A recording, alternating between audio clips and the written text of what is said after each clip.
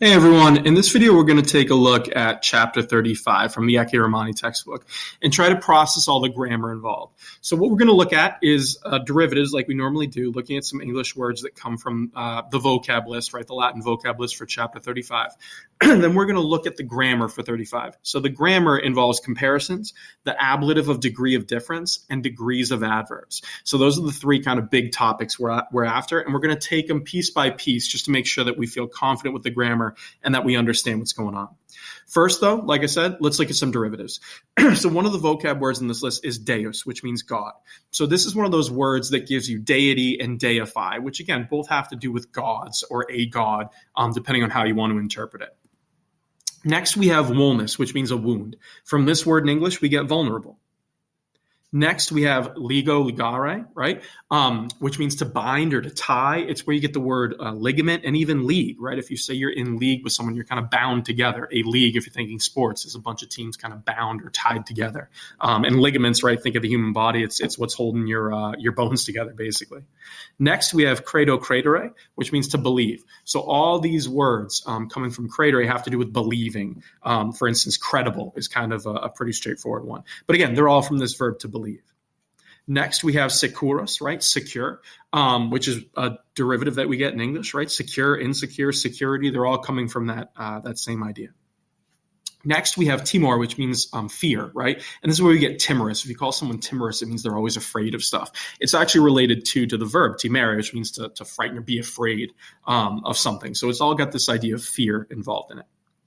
Next, we have affectus, right? And from this word, almost the same thing, right? In English, we get affect, same idea. We have facile, right? This verb, easy. If you facilitate something, it means you're making it kind of easier for people. So it comes from that root of easy. Next, we have pronus, right? If you call something prone, it's related to that same idea in English, right? The same concept is basically pronus in Latin, which means face down. So if you say someone is prone, it usually has to do with lying down on the ground. I feel like that's a common way to use it. But it's from this idea of being face down, basically. And next we have summus, right? Summus means greatest, very great. It's related to the word summit, right? So if you talk about climbing to the summit of a mountain, it means you're the highest up, right? The highest point. It's related to this idea of great, greatest, highest. It's all related to each other. Next, you have gravis, right? Gravis means heavy or serious. All four of these English words are carrying that same basic meaning: gravity, grief, grave, this heaviness or seriousness. That aspect is continued in all of these English words. And last, we have percutere, right? So percutere means to strike or to hit something. This is where you get the words percussion and repercussion in English. So if you think of a percussion instrument, right, in music, you're really thinking of a drum. And how do you make a percussion instrument go? You got to hit it. So that's the idea, right? It has to do with hitting something or striking something. So now that we have the derivatives under control and just took a quick look at them, again, use those derivatives to make sure that you're kind of associating the Latin vocab with English words. It should help you with the meaning. Now we can move on to the first bit of the grammar, and it's going to be comparisons. Okay, so we want to think about what comparisons are and how they work. So we're always using comparisons in English, Latin, doesn't matter, whatever language. They're pretty necessary, right? And in last chapter, so 34, we talked about the comparative degree of an adjective, right? But even just more specifically, we talked about what the comparative degree was, right? It's when you are comparing something. So this is what we're using it for. When you're using the comparative degree of an adjective, or you're going to see in this chapter an adverb, you're comparing two different things. That's the whole idea. But when you form a comparison in Latin, the way we do it, there's two options, okay? And that's what we want to cover. There's two different ways to make a comparison. So the first way we can do it, right, is we can use the ablative case to make our comparison. This is what we call literally the ablative of comparison, which makes sense because you're using it to compare things. So all you have to do if you want to use the ablative of comparison is you take the noun that you're comparing to and you put it in the ablative case. So down below, we have Cornelia est laetior Flavia. Flavia with the long A is ablative, right? That's the ablative of comparison. How do we know? Well, you have a comparative right next to it, laetior, happier. Right? So I'm saying Cornelia is happier than Flavia, right? So I'm comparing Cornelia to Flavia. Flavia is the person I'm comparing to. So one way to do it is just put her name or whatever name of the person or thing you're comparing to, put it in the ablative case, right? When you do that, you're doing what's called the ablative of comparison. It's a pretty straightforward way to make a comparison in English, right? And in Latin, okay? And you want to notice that we're implying the word than there, right? So like I mentioned before, this is called the ablative of comparison. You have to put the word than into your English translation. So Flavia means than Flavia, right? We're kind of adding that word in. Another way to do it, though, and this is actually the more common way to do it, is to use the word quam. Okay, so quam literally means than in this comparison. So we're basically adding a word in that means than instead of relying on the ablative. So if I were to change that sentence, again, with the ablative of comparison, I would say Cornelia est laetior Flavia with a long A. Here I'm saying Cornelia est laetior quam Flavia. And notice how Flavia now is nominative case, right? It's not ablative anymore. The quam is doing the comparison for me. It's the word than. I'm saying Cornelia is happier than Flavia, which makes sense because I still have this comparative of laetior, right? So that's the idea. Doing it this way, I'm just putting a word in that actually means than, but it's the same idea. It really is. Both options are used for comparison, but in general, quam tends to be more common, right? But they are meaning the same thing. So one thing you want to note is when you're using quam, both sides of the quam need to be in the same case. So if you think back to the example I just gave you, right? Cornelia and Flavia were both nominative case. I'm saying Cornelia is happier than Flavia. They're going to be in the same case, whatever that case may be. When you're using the ablative of comparison, though, you're only using it with nouns in the nominative and accusative case, right? So you can't use it with any type of, or any case of noun, rather. It's only specifically used in these certain instances, which is why quam tends to be more common. Okay, so it's just two things to take note of, right? Quam, you can almost think of it as sort of an equal sign when you're thinking of cases, right? Both sides of it, both nouns in your comparison need to be the same case. When you're doing the ablative of comparison, it's not necessarily that. The noun that you're comparing with is going to be either nominative or accusative, okay? So it's just kind of a different way of saying the same thing. And this slide is just giving you a breakdown of the two of them. Again, exactly what we just said. Feel free to pause the video here, take some notes if you need to. But it's showing you the difference between quam and the ablative of comparison. But at the end of the day, when you're making a comparison in Latin, there's two ways to do it. They mean the same thing. It's just two different ways of expressing the same idea, basically. The one that's much more common, and in Ecce Romani, they tend to use it more often, is quam, right? So just keep that in mind, and you should be fine. The next bit of grammar we want to talk about is the ablative of degree of difference, which is a mouthful, right? It's another kind of jargony grammar term. But what are we talking about here? We're still talking about comparisons, okay? So it's in the same, kind of the same idea, the same thread of what we were just talking about. But sometimes when you're making a comparison, you want to add a degree or an amount to the comparison. So for instance, instead of saying, than, right? Someone is happier than someone. Maybe you want to say more than, but that's what I mean by degree or amount, right? You're changing the degree, the amount of the comparison, right? When you say more than or less than is another way to do it. So let's look at an example, right? We call this the ablative of degree of difference, right? Which again is a mouthful. It just means you're changing how big of a difference there is in the comparison. That's one way to think about it. Okay, and it looks like this. If you were to say Sextus est multo molestior quam Gaius, you're saying Sextus is much more annoying than Gaius, right? If I got rid of the multo, I would still have a perfect comparison. It's perfectly fine. Sextus est molestior quam Gaius. I'd be saying Sextus is annoying, or more annoying rather, than Gaius. That makes sense. But I want to change the degree. He's not just more annoying. He's more annoying by a long shot, right? Much more annoying. This is where I'd use molto. And you'll notice that molto, or you could use paulo, right? A little more annoying, right? Maybe if he's only a little, a skosh more annoying than Gaius, you might say. I would use paulo. It's the same thing. The long O is showing you it's ablative. So I use the ablative case with words like molto to express that, the degree, the level of the comparison, right? And this is called the ablative of degree of difference, which again is a mouthful. It's kind of a jargony grammar term, but that's all it's saying. Instead of saying, Sextus is more annoying, now I can say he's much more annoying, or less, a little bit more annoying rather. And I can kind of put levels on it. That's all we're talking about. Okay, so it ties into what we just did with comparisons. So now we're moving on to the third part of the grammar, degrees of adverbs. And again, it all ties together because we're still talking about degrees and comparisons and, the positive, comparative, superlative. It's all tied together. But now we're talking about adverbs. So last chapter, we dove into degrees of adjectives, and you learned what the degrees are, right? They're the positive, comparative, and superlative. And they're laid out here for you. The positive degree is just the most basic form, okay? When you're talking about adverbs, it's the ly version in English, right? So you could say quickly, Okay, I didn't just run, I ran quickly. That's just a normal adverb. We call it the positive degree. The comparative and superlative are the same thing we learned for adjectives, right? You can still use them for adverbs. So the comparative degree is when we're comparing the quality, right? And instead of saying quickly, we could say quicker, okay? So you could say, Sextus is running quicker than Marcus, right? You could also say more quickly. It would mean the same thing. And we'll talk about translations as we go.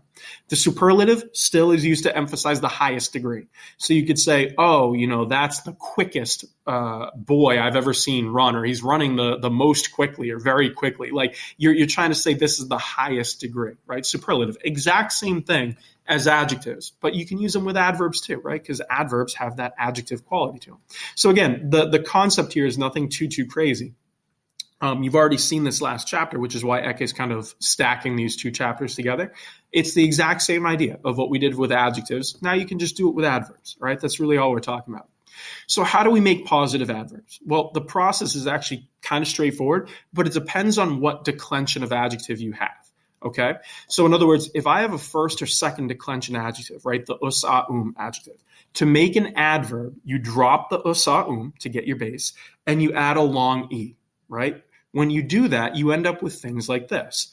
So strenuous, right? Strenuous in English.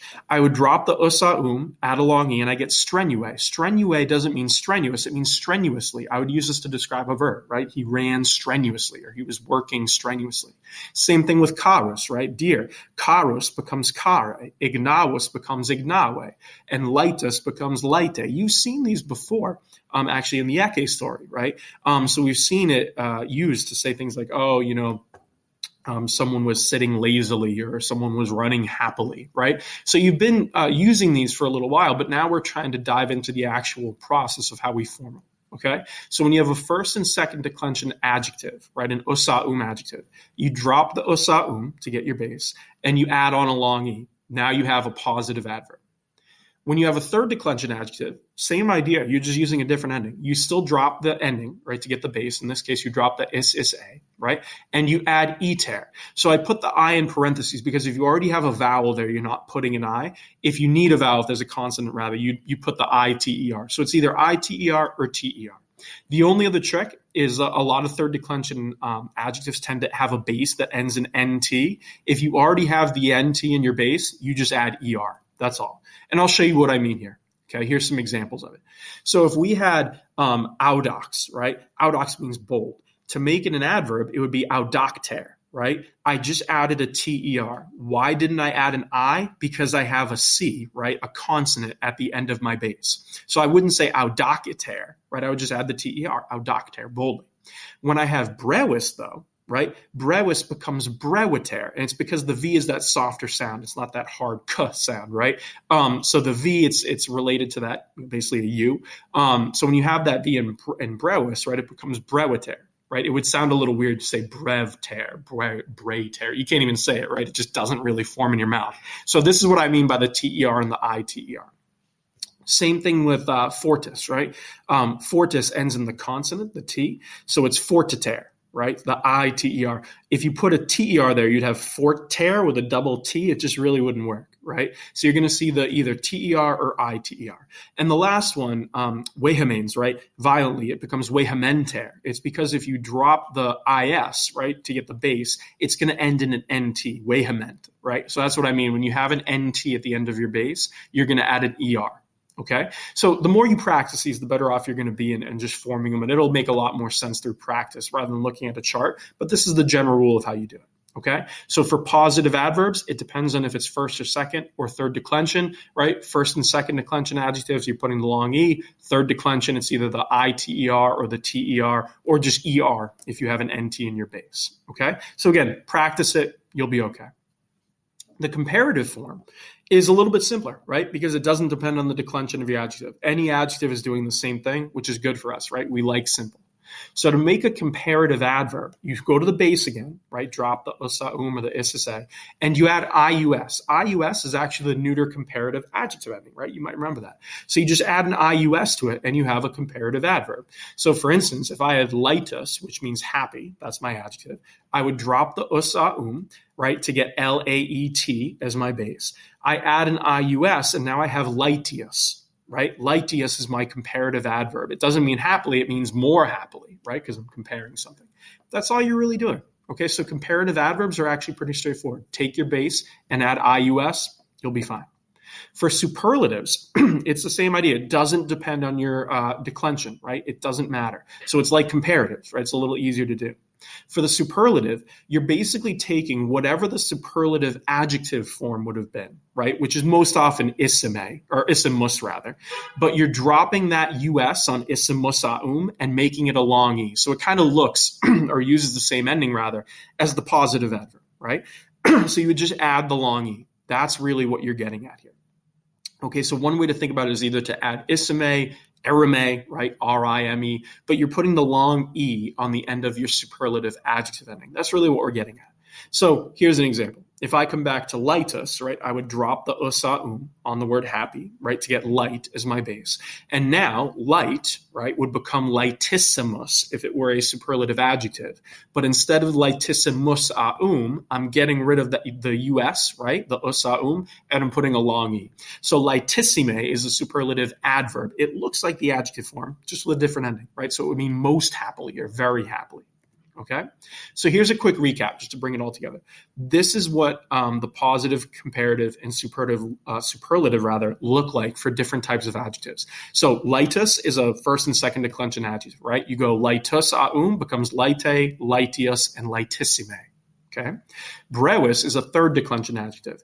It goes from brewis, right, issise, to brewiter, brevius, and brevissime. Okay, pretty straightforward. You have the same thing with molestus, another usa first and second declension adjective. You'd be fine.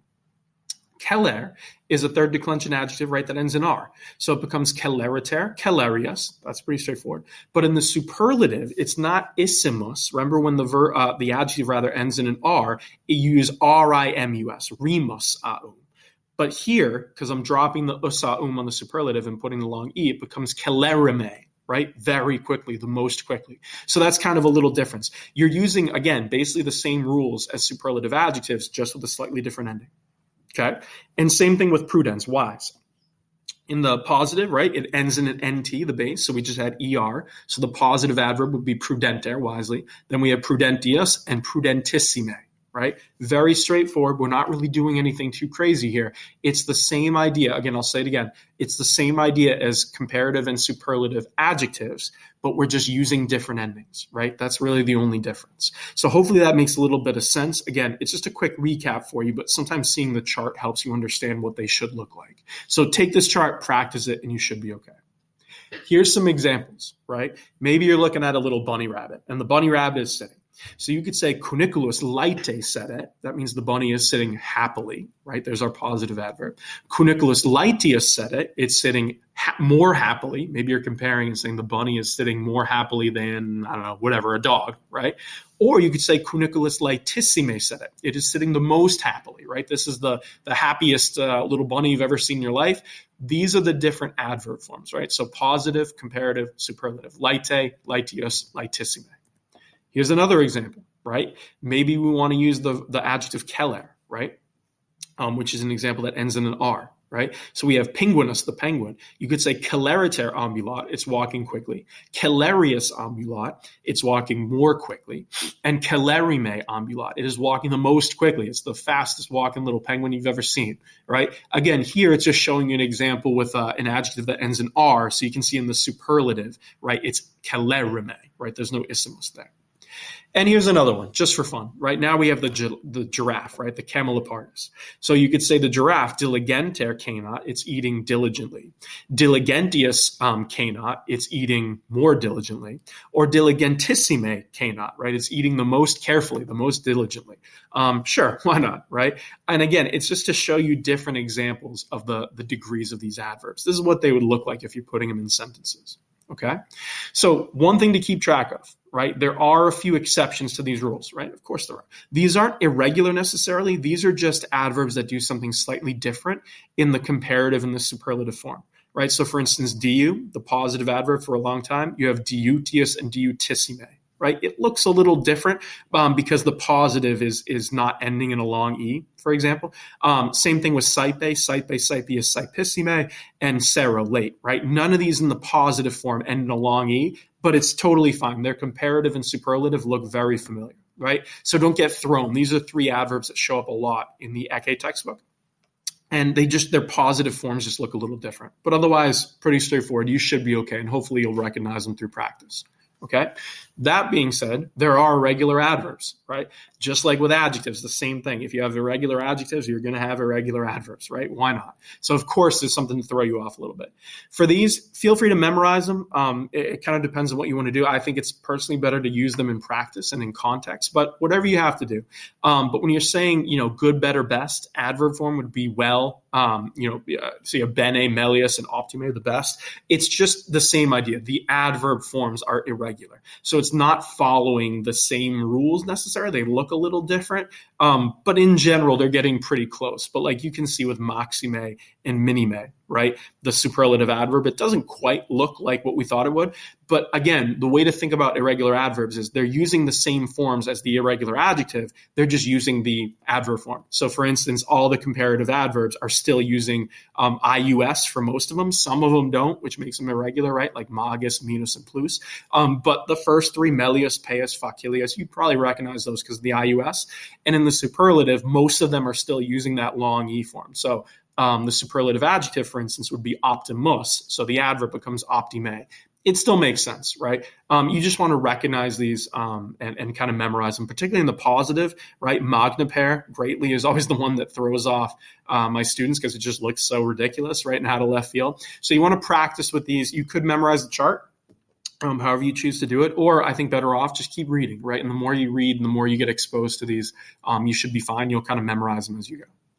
So the next thing we want to hit on is the translation. How do we translate these comparatives, right? You might have noticed as we're going through, there's a few different ways to do it, okay? You could, for instance, translate laetius, the comparative adverb, as more happily. But you could also say rather happily or too happily, right? It's kind of another version. So there's a few different ways to translate it. Usually more happily is kind of the easiest one. But again, don't get stuck on one translation. There's a couple different ways you can kind of work your way through this, okay? So the textbook does a good job of kind of laying that out for you. Just make sure you've read it. Practice with whatever translation works the best in the context of your sentence, and you should be fine, okay? So here, another way to think about it in terms of translation, right, here's some examples.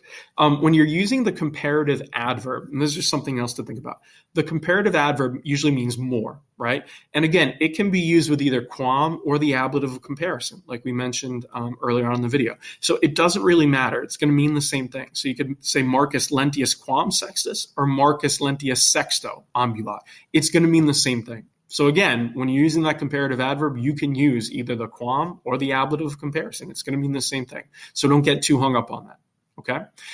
You can also use it with the ablative of degree of difference. So, feel free to use that. You can say Marcus multo lentius quam sextus ambulat, right? Marcus walks much more slowly than Sextus does. So, either that or you could say multo lentius sexto, right? It would be the same idea, right? Either quam or the ablative of degree of difference, the ablative of comparison. You can use the ablative of degree of difference with either of those. It doesn't really matter, right? So that comparative adverb gets used a lot with these. This is something you probably understand without me laying it out for you. But again, I just want to make note of it so you don't get thrown off or confused when you see this in the stories and as you go through reading Latin, okay? Same thing with the superlative, a few different ways to translate it, right? Laetissime, you could say either means most happily or very happily. It's going to mean the same thing, okay? So don't get too thrown off with that. One little side note for you is when you're using the superlative adverb and it's meaning most, a lot of times it'll go with a partitive genitive, right? You can use it that way and say Marcus lentissime omnium ambulat, right? So Marcus walks the most slowly of all, right? Omnium is that partitive genitive, right? So of all the people, Marcus is the, walking the most slowly. Again, this is something you probably figure out without needing to go crazy taking notes on it, but just look for that, right? A lot of times you'll see that partitive genitive in our stories in Ecce where they're basically using a superlative adverb with a partitive genitive to say the most of all, right? Most slowly of anyone. That's kind of the idea. Again, pretty straightforward. You should be okay. So that's a lot. This chapter has a lot of different things going on. So just to do a quick recap to make sure that you're feeling confident in it. What you want to make sure that you understand is that there's two ways to make comparisons in Latin. You can either use quam or the ablative of comparison. They mean the same thing. Quam tends to be more common. Just make sure you understand how both work. When you're making a comparison, you can use the ablative of degree of difference, right? So you can use molto and say, oh, something is much more, right? So be ready for that too, right? You can change the degree of your comparison. Then we got into adverbs, just like adjectives. Adverbs have positive, comparative, and superlative degrees, right? You got to make sure you understand how to form all of them. For the positive, it's basically the base plus either long E or iter. The comparative is the base plus ius. And the superlative is the base plus, usually issime or rime, depending on what you're doing. It's basically the same idea as adjectives, which we learned last chapter, just with a different ending, right? The long E ending.